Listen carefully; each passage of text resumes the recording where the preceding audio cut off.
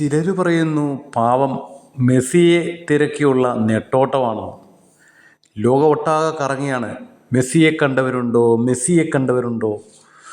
അത്ര മികച്ച രീതിയിലുള്ള ഒരു സ്പോർട്സ് മിനിസ്റ്റർ അല്ലായിരുന്നോ? എന്തൊക്കെയായിരുന്നു? കേരളത്തിലെ സ്വർണ്ണ മെഡലുകൾ കൊണ്ട് നിറച്ചില്ലേ? ഫുട്ബോളിൽ, വോളിബോളിൽ, ഹോക്കിയിൽ, ഏത് മേഖലയിൽ, അത്ലറ്റിക്സിൽ. ഫുട്ബോളിലെ രാജകുമാരനെ തന്നെ കൊണ്ടുവരാൻ എത്ര തവണ പുള്ളി സ്പെയിനിൽ വരെ പോയി കണ്ടില്ലേ?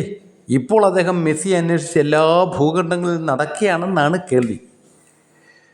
മറ്റു ചിലർ പറയുന്നു അബ്ദുറഹ്മാൻ കാര്യങ്ങളെല്ലാം തിരിച്ചറിഞ്ഞു, നല്ലൊരു ബിസിനസ്മാനാണ്, വലിയ വ്യവസായിയായ അദ്ദേഹത്തിന് കാര്യങ്ങളുടെ കിടപ്പ് മനസ്സിലായി.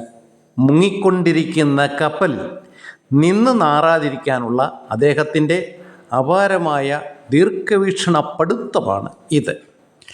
ഇനി എത്ര പേരാണ് മെയ് 4 പെട്ടി പൊട്ടിക്കുമ്പോൾ മന്ത്രിമാർ, വ്യവസായം തൊട്ട് നമ്മുടെ കള്ളുമന്ത്രി വരെ കാണാനിരിക്കുന്ന പൂരം ഇപ്പോഴേ പറയുന്നില്ല.